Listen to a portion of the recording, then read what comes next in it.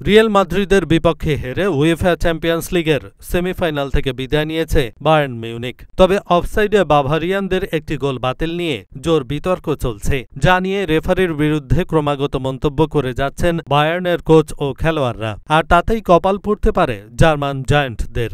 রেফারির চূড়ান্ত সিদ্ধান্তের পর তা নিয়ে বিরূপ মন্তব্যের মাধ্যমে উয়েফার নীতিমালা লঙ্ঘন হতে পারে, এতে নিষিদ্ধ হতে পারে ক্লাব। রিয়াল বায়ার্ন ম্যাচের যোগ করা সময়ের ১৩তম মিনিট চলছিল। হোসেলুর ৩ মিনিটের ব্যবধানে করা ২ গোলে রিয়াল মাদ্রিদ এগিয়ে যায় ২-১-এ। ফলে রিয়ালের রক্ষণ ভেঙে গোল শোধে মরিয়া ছিল বায়ার্ন। পাল্টা আক্রমণে তারা একটা গোল পেয়েও যায়। নুসাই মাজরাউইয়ের কাছ থেকে বল পান টমাস মুলার, সেখান থেকে ভলিতে ম্যাথিয়াস ডিলিটের গোল। তবে বল জালে যাওয়ার আগেই অফসাইডের পতাকা তোলেন লাইন্সম্যান। খেলা বন্ধ করে দেন রিয়ালের খেলোয়াড়রা। চোখের পলকে ঘটে যাওয়া সেই ঘটনায় পরে ভিআর চেকের অনুরোধ জানায় বায়ার্ন, যদিও রেফারি সিমন মার্সিনিয়াক তাতে কান দেননি। ম্যাচ শেষে বায়ার্ন মিউনিখের ডিফেন্ডার ম্যাথিয়াস ডিলিট অবশ্য দাবি করেছেন অফসাইডে পতাকা তোলায় লাইন্সম্যান তার কাছে ক্ষমা চেয়েছেন। এমন বিষয় নিয়ে উয়েফার নিয়ম কি বলছে সেটিও জানা যাক। নিয়মে বলা হয়, মাঠে নেওয়া রেফারির কোনো সিদ্ধান্ত অপরিবর্তনীয়, তবে আইডেন্টিটি এরর ছাড়া।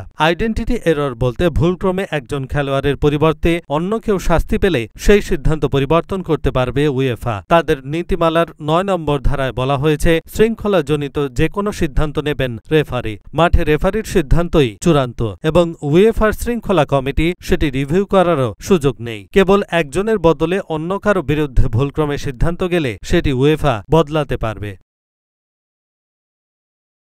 এহসানুল হক, ঢাকা পোস্ট।